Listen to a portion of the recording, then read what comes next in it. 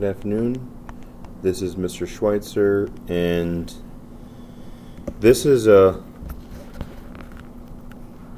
discussion on what we call common ion. Now, a few things we've already done so far is, and it really is not a whole lot different, so I'll show an example of this and then maybe we'll run through a couple of practice problems of this nature. But common ion, so let's look at a situation, let's say silver chloride, AgCl. This thing has a Ksp value of 3e to the negative 7th. Okay, so it's not entirely on the small Ksp. There are ones that are considerably smaller, but it's obviously not that soluble either on the grand scale of things. Now, if we were to figure out its solubility, we would go AgCl goes to Ag plus Cl minus. You'd want to be able to write that equation out. I always like to do my ice table right along with it, this being a solid not playing a role. Now, if I'm going to dissolve this thing into a beaker and there's nothing in the beaker, at least no silver, no chloride, then I would list this as being 0 and this as being 0. So I'm looking for what's the solubility of AgCl in essentially an empty beaker, empty solvent of water. As it dissolves, I would get Ag pluses dissolving, I'd get some Ag pluses, and I would get some chloride negatives. These would come in 1-to-1 ratios. And of course, that's because this is what I'm dissolving. Keep going, and you end up having some solid forming on the bottom, which is pretty much a requirement that you are now saturated. And that makes this concentration the max amount that we can have. We call this solubility. Okay. Now, because we're measuring in mole per liter, we call it molar solubility. Definitely not the same thing as the good old Ksp. Are they related to each other? Yes. They're related to each other via the equilibrium expression, which says the Ksp is equal to the concentration of the silver ions times the concentration of the chloride ions. So I would take the concentration of this guy, plug them into your expression, and away we go. And in fact, the mathematics of this would be simply gaining x here, gaining x here. I would have 0 plus x is x, and 0 plus gaining x equals x. And my Ksp, which is 3e to the negative 7th, equals x times x. And if you've done a bunch of these, which you should have already, you get this as x squared. It gets become pretty much old hat. Square root this side, I get x equaling 3e to the negative, there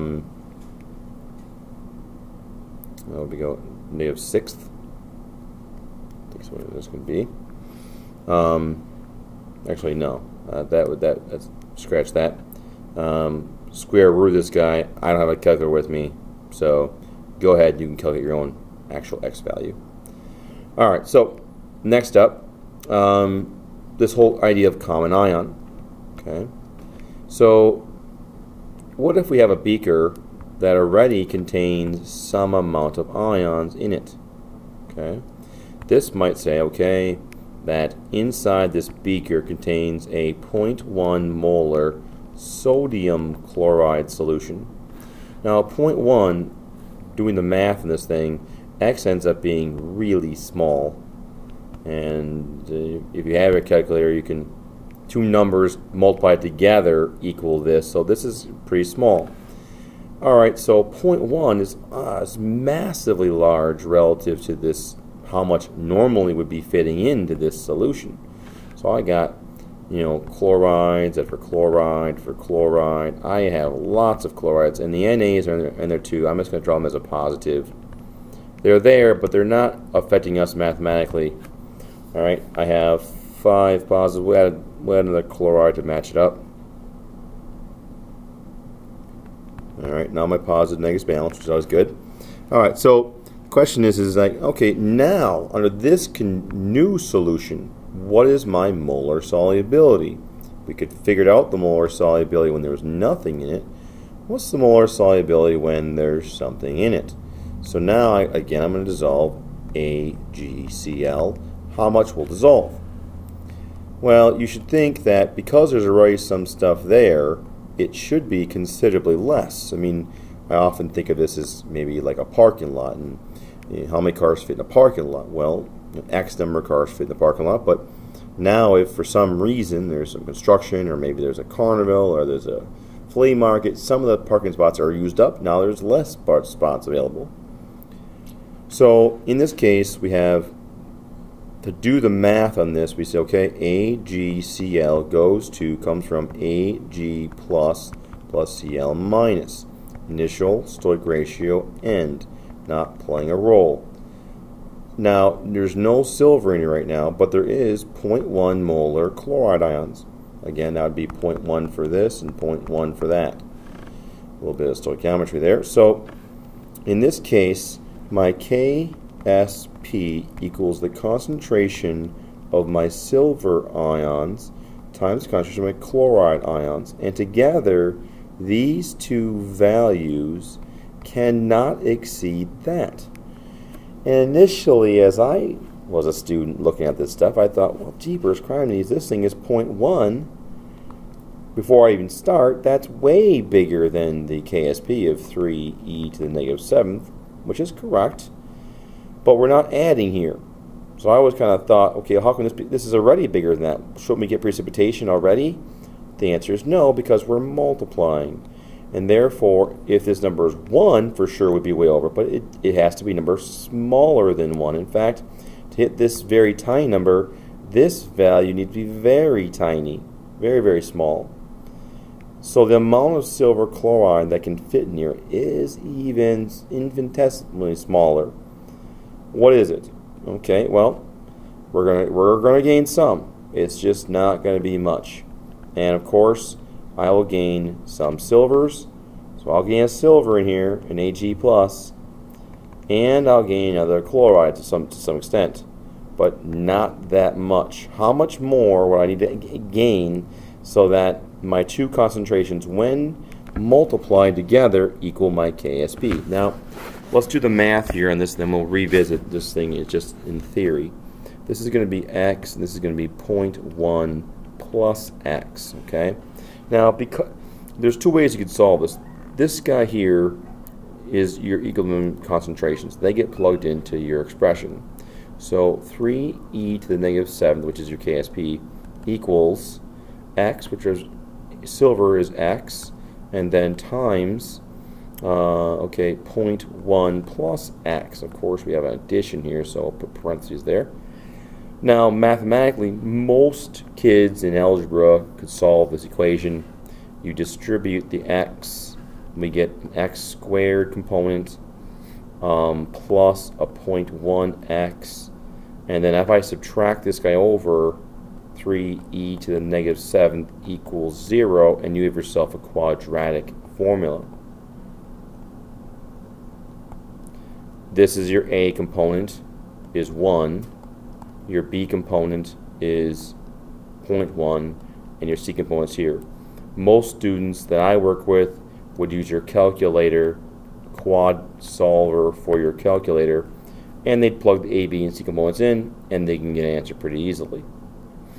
Now, at that point, they give you X. X is the concentration of the silver and chloride ions.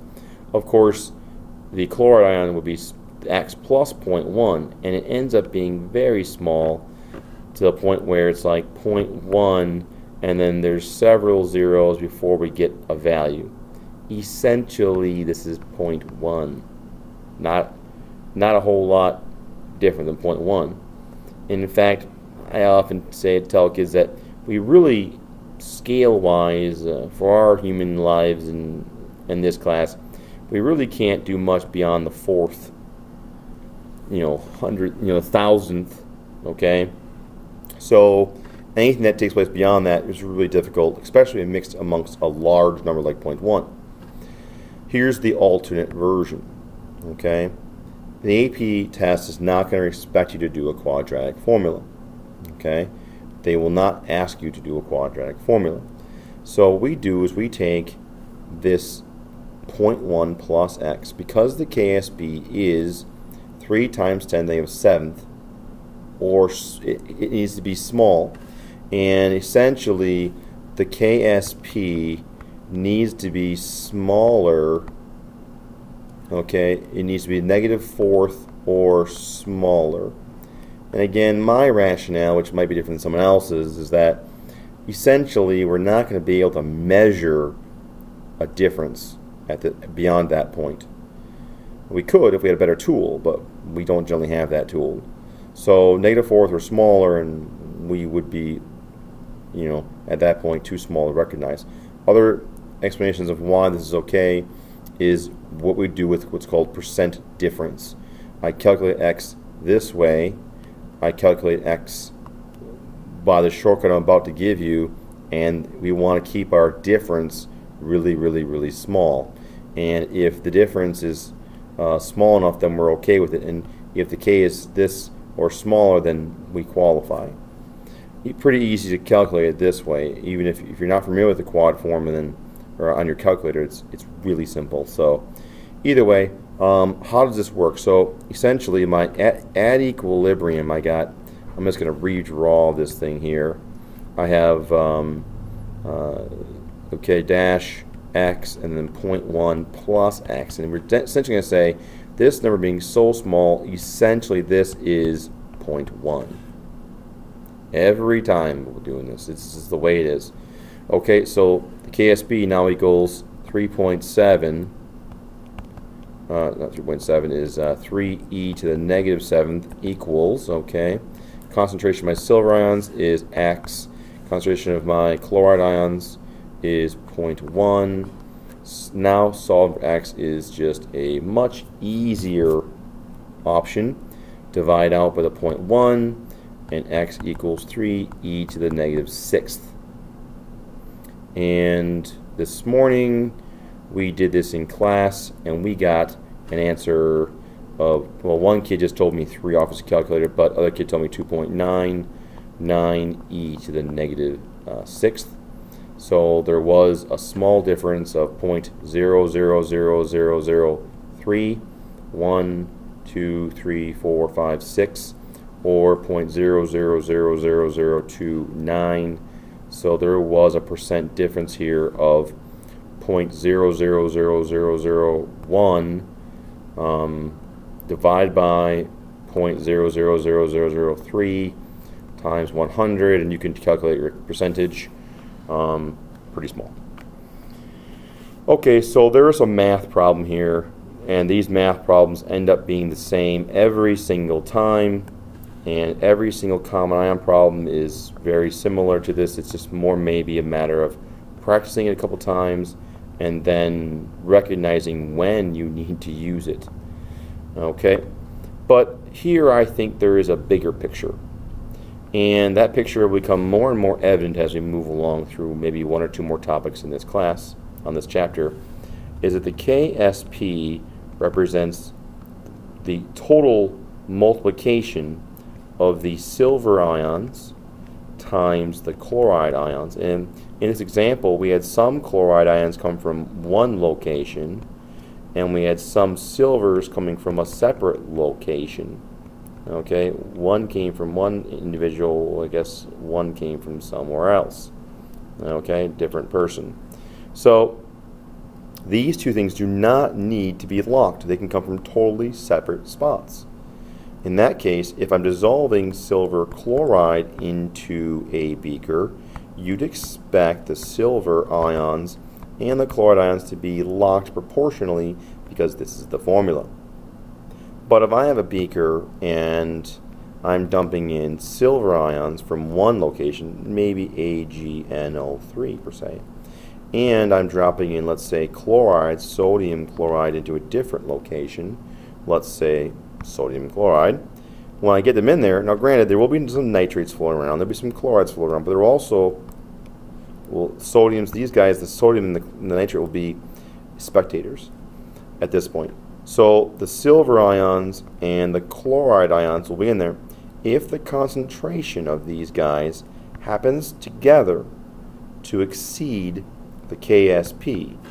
So if the concentration, let's redraw this here, if the concentration of the Ag plus ion times the concentration of the chloride ion exceeds the KSP for silver chloride, then we would expect precipitation to be occurring. Now, again, if these two values are bigger than the KSP, then we would expect this to cause some precipitation .